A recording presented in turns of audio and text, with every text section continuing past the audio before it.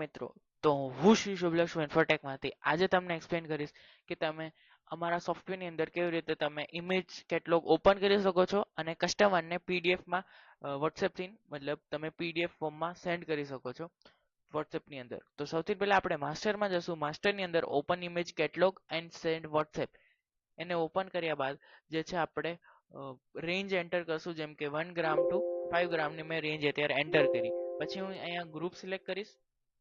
અત્યારે હું 22 caret gold select કરું છું. એ બાદ આપણે જે છે એની અંદર આઈટમ સિલેક્ટ કરશું. અત્યારે હું બુટી એન્ટર કરું છું.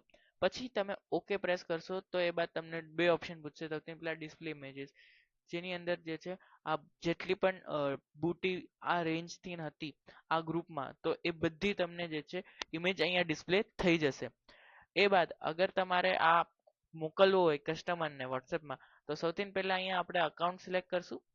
અત્યારે મેં શીલા વાળું અકાઉન્ટ સિલેક્ટ કર્યું છે. Name enter, number okay.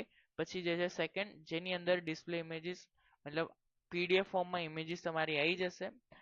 File is created. પછી તમારે વોટ્સએપ મેસેજ સેન્ડ કરવો હોય તો યસ, કાં તો તમારે નોર્મલ પીડીએફ ક્રિએટ કરવી હોય તો આ જે છે આપણી આ પીડીએફ જે છે આ ક્રિએટ થઈ જશે. આવી રીતે જે છે પીડીએફ ક્રિએટ થઈ ગઈ છે.